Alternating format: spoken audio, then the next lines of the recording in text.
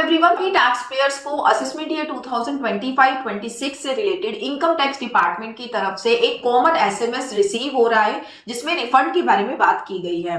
ये ऑलमोस्ट सभी tax payers को भेजे गए हैं, चाहे उन्होंने अपनी रिटर्न को ओल्ड टैक्स रेजिम में फाइल किया था, चाहे न्यू में किया था, चाहे रिफंड था या नहीं था, चाहे रिटर्न प्रोसेस होकर रिफंड आ गया है या फिर रिटर्न अभी भी होल्ड पे है।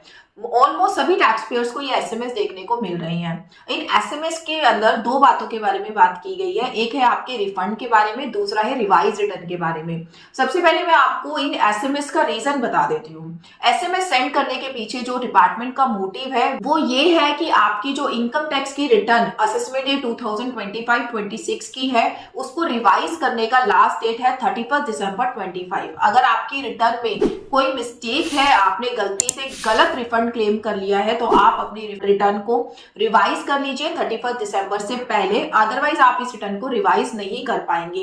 यही एक कॉमन मोटिव है डिपार्टमेंट का ये सभी एसएमएस भेजने के पीछे। अब ये एसएमएस भेजकर डिपार्टमेंट ये कंफर्म कराने की कोशिश कर रहा है कि जो आपने रिटर्न फाइल करी है वो आपके अकॉर्डिंग ठीक है। जस्ट एक रिमाइंडर वो आपको दे रहा है कि आप अपनी रिटर्न को दोबारा से चेक कर लो कि आपने रिटर्न में कोई मिस्टेक तो नहीं कर रखी। अगर कर रखी है तो 31 दिसंबर से पहले आप रिटर्न को रिवाइज कर लीजिए। और उसमें ऐसे टैक्स पेयर जिन्होंने ओल्ड टैक्स रेजिम में रिटर्न को भरा है तो उसमें ये भी मेंशन किया गया है कि आपने डिडक्शंस या एग्जम्पशंस तो नहीं गलत क्लेम करके अपना गलत रिफंड बना रखा है, ताकि आप वक्त रहते ही उसको रिटर्न को रिवाइज कर पाए। अब टैक्स पेयर को करना क्या है, आपको अगर एसएमएस आया है आप अपनी रिटर्न को एक बार चेक कर लीजिए कि आपकी रिटर्न में किसी भी तरीके की कोई मिस्टेक तो नहीं है। अगर आपको लगता है कि गलती से आपने कोई गलत डिडक्शन क्लेम करी है या रिटर्न में कुछ गलती आपसे हो गई है, चाहे वो न्यू टैक्स रेजिम ही क्यों ना हो, तो उस केस में आप अपनी रिटर्न को रिवाइज करा लीजिए 31 दिसंबर से पहले।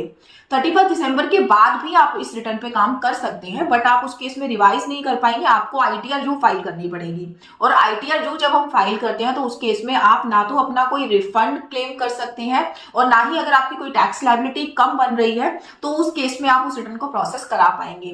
आईटीआर जो फाइल करना चाहते हैं अगर आप, तो आपकी जरूर उसमें कुछ ना कुछ टैक्स लायबिलिटी बननी चाहिए, तभी आपकी आईटीआर जो फाइल हो पाएगी। तो अगर आपको एसएमएस आया है तो आपको अपनी रिटर्न को थोरोली चेक करना है कि कोई मिस्टेक तो नहीं है। अगर है तो 31 से पहले उस रिटर्न को रिवाइज करा लीजिए। अगर ऐसा कुछ भी नहीं है तो आप मैसेज को इग्नोर कर सकते हैं, क्योंकि ये मैसेजेस सबको भेजे जा रहे हैं, चाहे आपने रिफंड क्लेम किया था या फिर नहीं किया था। इससे रिलेटेड अगर आपको कोई क्वेरी है तो आप कमेंट सेक्शन में डाल के मुझसे पूछ सकते हैं, या फिर अगर आप सर्विसेज अवेल करना चाहते हैं तो गिवन नंबर पे हमसे कनेक्ट कर सकते हैं। Thank you so much.